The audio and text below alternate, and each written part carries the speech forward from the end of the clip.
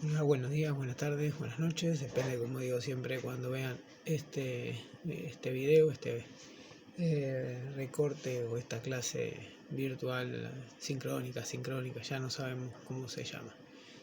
Perdón los ojos verdes que están viendo ahí en el reflejo, pero es el reflejo de la pantalla, que si lo apago le saca mucha luz y queda muy oscuro, entonces es preferible que esté el reflejo y que a lo mejor piensen que está el increíble Hulk hablando, a que esté más oscuro y parezca así una especie de monje tibetano.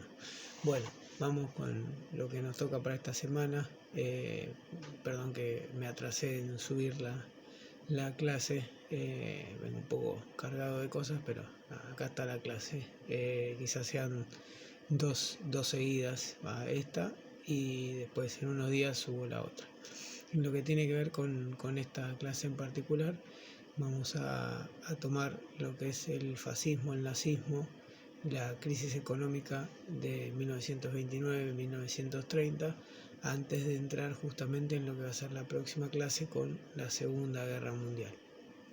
Nosotros habíamos visto la clase anterior y también lo que tiene que ver con la clase presencial que tuvimos, la Primera Guerra Mundial, la Revolución Rusa y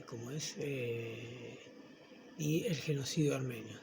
Así que bueno, habíamos conversado sobre eso y en la clase presencial habíamos avanzado inclusive a lo que estamos mencionando que voy a hablar ahora, y el material que también voy a subir para complementar lecturas y demás. Bueno, el fin de la Primera Guerra Mundial, lo que tiene que ver más que nada con el Tratado de Versalles, es lo que pone un poco en jaque a Alemania y digamos que es una de las principales causas por las cuales después va a aparecer el nazismo y va a aparecer la figura de Hitler. ¿Sí? Yo siempre digo que Europa Occidental, principalmente Francia, Gran Bretaña y también Estados Unidos, se tienen que hacer cargo de lo que generaron en Alemania y para el lado que disparó todo eso, que fue para el de Hitler. Lenin planteaba en medio de la Revolución Rusa que si ese proceso revolucionario no se extendía hacia el resto de Europa, iba a ser muy difícil de sostenerlo. Bueno, Lenin también decía que fundamentalmente se tenía que extender hacia Alemania. Una de las que escribió mucho sobre eso también fue Rosa Luxemburgo, que hablaba del capitalismo, la dinámica del capitalismo, y que justamente en Alemania, por ser una potencia industrial, era donde se tenía que dar la revolución socialista. Pero bueno, lamentablemente la historia fue para otro lado y no fue para una revolución socialista, sino que fue para el nazismo. Por más de que el partido de Hitler se llamaba Partido Nacional Socialista, lejos estaba de ser obviamente de esos ideales del socialismo, del cooperativismo, de la colaboración, del Estado como garantizando la salud, la educación, la organización de la sociedad.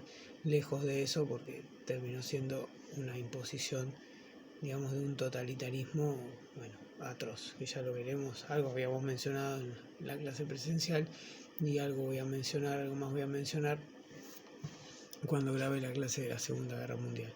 Entonces, la base obviamente del nazismo va a ser el fascismo, que surge en Italia. Bueno, surge en realidad, ella venía de antes, venía en España, se había dado a comienzo del siglo XX, pero bueno, digamos que se da fuertemente sí en Italia, con la aparición de Mussolini a mediados de la década del 20. Todavía no se había producido la crisis económica. Sí, obviamente Mussolini va a tomar mucha más fuerza, mucho más auge ya en la década del 30.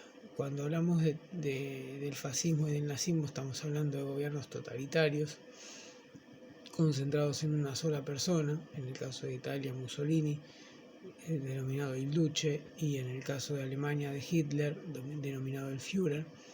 Y que justamente no hay parlamento, no hay derechos laborales, no hay prensa opositora, hay persecución política a diferentes tipos de ideología. Por ejemplo, en Italia uno de los más conocidos pensadores que estuvo preso fue Antonio Gramsci. Entonces, bueno, es un totalitarismo extremo donde lo militar se hace muy fuerte, y digamos que muchos niegan que estos sistemas son capitalistas. Yo creo que son parte del sistema capitalista, pero con una mezcla de una fuerte presencia del Estado, porque si bien concentraban todo el poder en estas dos figuras, en Hitler y en Mussolini, no podemos negar que había una presencia del Estado. Digamos que es muy quizás tomado de los pelos, pero podríamos decir que algunos países de Europa después se tomaron de ejemplo esto para armar lo que va a ser el estado de bienestar y lo que planteaba un poco Keynes, con la presencia del Estado garantizando la salud, la educación, el consumo y demás. Pero bueno, eso queda para más adelante en realidad.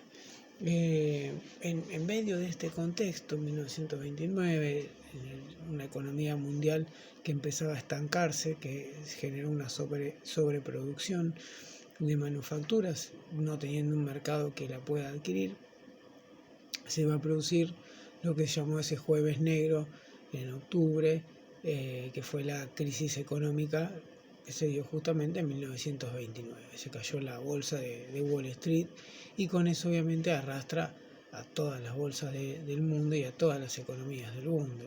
La bolsa, si era un problema de 3 o 4, la crisis económica será un problema de millones, porque la van a tener que pagar millones. Yo les voy a subir ahí un texto de los hermanos Marx, que no tienen que ver con Karl Marx, el pensador alemán, sino que son dos cómicos norteamericanos, justamente haciendo como una parodia de lo que fue la crisis de 1929, y el significado que tuvo y el impacto mundial que tuvo. En ese marco también otro hecho a mencionar, y que es anterior a la Segunda Guerra Mundial, y que tiene que ver con el fascismo y el nazismo, fue la Guerra Civil Española. Un tema que a veces pasa de largo, y es raro que pase de largo en un país como la Argentina, donde tiene una gran cantidad de inmigrantes españoles. Pero bueno, sin embargo, pasa de largo el análisis de lo que fue la Guerra Civil Española, que fue muy cruenta para España.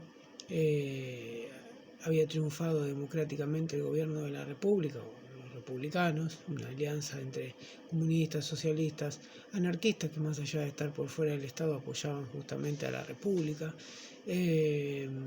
Y lo que va a suceder es que los militares junto con la Iglesia van a dar un golpe de Estado, y obviamente que los republicanos no se van a quedar cruzados de brazos mientras eso sucedía. Entonces presentaron resistencia, y lamentablemente entre 1936 y 1939 se produce lo que conocemos como la Guerra Civil Española. ¿Qué decir de la Guerra Civil Española? Nada más y nada menos que quien llega al poder, no por la vía democrática, sino por la vía autoritaria, va a ser un tal Franco. Y que, aunque muchas veces los españoles no lo quieran contar, gobernó desde que terminó la Guerra Civil, o podríamos decir que desde que empezó la Guerra Civil, porque hizo un golpe de Estado en 1936, va a gobernar hasta 1975 en España. Ahora, no es que hay una transición a la democracia o hay algún acuerdo para la democracia, no. Franco se muere e inevitablemente aparece ese famoso pacto de la Moncloa que siempre habla, por estos lados, diciendo, bueno, en algún momento hay que hacer un pacto de la Moncloa. Bueno, es cualquier cosa eso, pensar eso. El pacto de la Moncloa fue un pacto de silencio, básicamente, entre la monarquía española, el ejército español y el Partido Popular y el Partido Socialista. El Partido Socialista va a ganar las elecciones en el 75-76 y va a gobernar por varios años en España. Pero lo cierto es que fue un pacto justamente para no investigar los crímenes de lesa humanidad que se habían dado durante el gobierno autoritario y totalitario de Franco.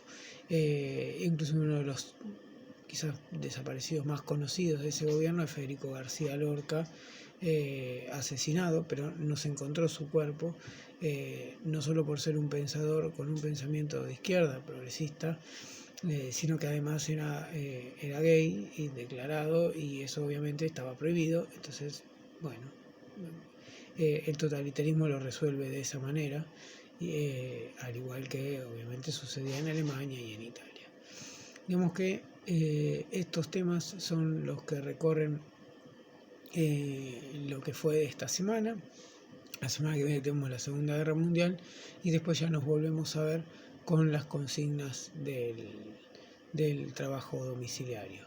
Así que bueno, estamos en contacto. Cualquier consulta o duda nos escribimos o anota todo, y cuando nos vemos en forma presencial aclaramos todas las dudas.